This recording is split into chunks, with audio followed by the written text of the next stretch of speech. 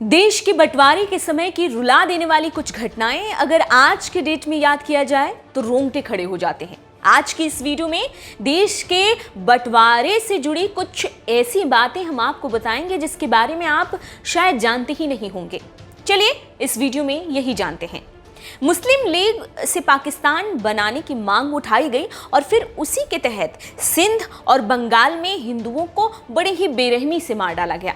क्या आपको पता है कि साल 1946 के अगस्त में सीधी कार्रवाई दिवस मनाया गया और कलकत्ता शहर में दंगा किया गया और करीब 5000 लोग इस दौरान मौत के मुंह में समा गए और कुछ बड़े ही बेरहमी से जख्मी हो गए। बस इन्हीं घटनाओं के साथ ही देश में दंगे का दौर शुरू हो गया। फिर धीरे धीरे नेताओं पर विभाजन का दबाव बढ़ता चला गया ताकि देश में गृह युद्ध ना हो जाए और फिर साल आया 1947 जब देश का विभाजन कर दिया गया। क्या आपको ये पता है कि साल 1941 की जनगणना के हिसाब से तब 29.4 करोड़ हिंदुओं की संख्या, 4.3 करोड़ मुस्लिम की जनसंख्या और बाकी के लोग दूसरे धर्मों को मानते थे इस देश में। पर फिर भी भारत का एक बड़ा भाग एक धर्म के नाम पर बांट दिया गया जिसमें 29 करोड़ हिंदुओं से कुछ पूछा तक नहीं गया। इतने बड़े देश को महज कुछ लोगों ने एक छोटे से कमरे में बैठकर बांट डाला, विभाजित कर डाला। अंदाजा लगाया जाए तो 1.4 करोड़ लोग तब विस्थापित हो गए, यानी कि 1.4 करोड़ लोग ऐसे थे जो अपने खुद के पुश्तैनी जगहों को छोड़कर कहीं और चले गए, कहीं और जाने को मजबूर हो गए। 1951 की विस्थापित जनगणना के हिसाब से बंटवारे के तुरंत बाद ही 72,26,000 मुसलमान ने देश छोड़ा और पाकिस्तान से 72,49,000 हिंदू और सिख देश आए। 10 किलोमीटर की लंबी लाइन लगी थी, लाखों लोग की इस लाइन में लाखों लोग लगे हुए थे जो कि देश की सीमा को पार कर पाकिस्तान गए और देश के भीतर आए। कई ऐसे लोग थे जो महज 60 दिनों के भीतर अपना सब कुछ छोड़कर कहीं और बस जाने को मजबूर हो गए। घर बार, जमीन, दुकानें, जायदाद, संपत्ति, खेती, किसानी सब जहां का तहां ही छूट गया। अनुमान है कि विभाजन की घोषणा 10 लाख लोग मारे गए थे इस घोषणा होने के बाद, पर अनुमान 20 लाख लोगों के मारे जाने का भी हो सकता है। ऐसा हो सकता है कि इससे भी ज्यादा लोग मरे हों। अनुमान तो ये भी है कि 75,000 से 1 लाख महिलाओं का रेप किया गया, हत्या की गई, अगवा किया गया।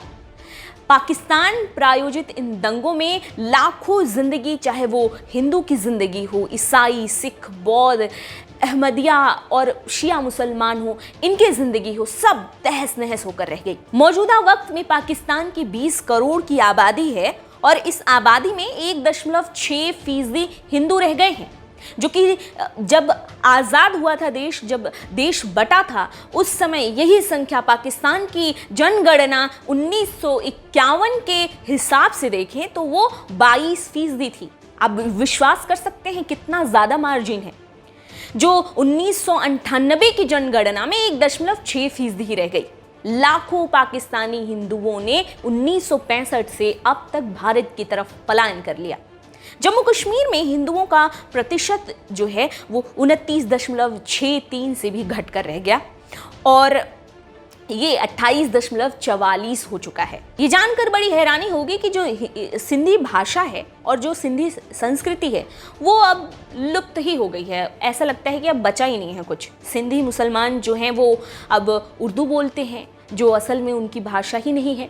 आज भी ये सिंधी हिंदू समाज बिना जगह के ही जी रहे हैं। कोई अता पता नहीं है कि उनका कौन सा जगह है, उनका कौन सा प्रॉपर इलाका है, कौन सा एरिया है। बंटवारा तो हो गया पर कई महीने तक लोग पाकिस्तान छोड़कर आते रहे और कई महीनों तक भारत छोड़कर पाकिस्तान का रुख करते रहे कई लोग। पाकिस्तान में धर्म बदलवाने का सिलसिला चलता रहा और तो और हिंदू और सिखों की भूमि, इसके अलावा जो उनका अपना पुश्तैनी घर था उन पर कब्जा कर लिया गया, जिससे कि वहाँ रहने वाले ऐसे अल्पसंख्यकों ने मजबूरी में अपनी जगह छोड़ दी। दूसरी तरफ भारत में क्या हाल रहा? भारत में आए मुसलमान लोगों की सुरक्षा तय की गई और भारतीय मुसलमानों से गांधी जी ने कहा कि उन्हें जाने की कोई ज़रूरत ही नहीं है, वो यहीं रहें, यहाँ ज़्यादा सेफ हैं। क्या आप जानते हैं कि जो मुसलमान भारत छोड़ पाकिस्तान गए उनको आज मुहाजिर कहते हैं वहाँ, और उनके साथ आज भी दोयम दर्जे का सलूक किया जाता है। इनके साथ ऐसा बिहेवियर आज भी किया जाता है जैसे वो इस देश के हैं ही नहीं, उनके देश के हैं ही नहीं। और ये बिहेवियर तब होता है जब बंटवारे को इतने साल, इतने दशक बीत चुके हैं। खैर, आज़ादी और बंटवारे से जुड़ी बहुत सारे ऐसे किस्से हैं, दर्दनाक किस्से हैं जो आज भी लोगों तक नहीं पहुंच रहे हैं। लोगों को पता नहीं है कि क्या क्या हुआ था बंटवारे के वक्त, क्या क्या सिचुएशन क्रिएट हुए थे बंटवारे के वक्त। खैर, इस वीडियो में इतना ही। आप हमारे साथ बने रहिए।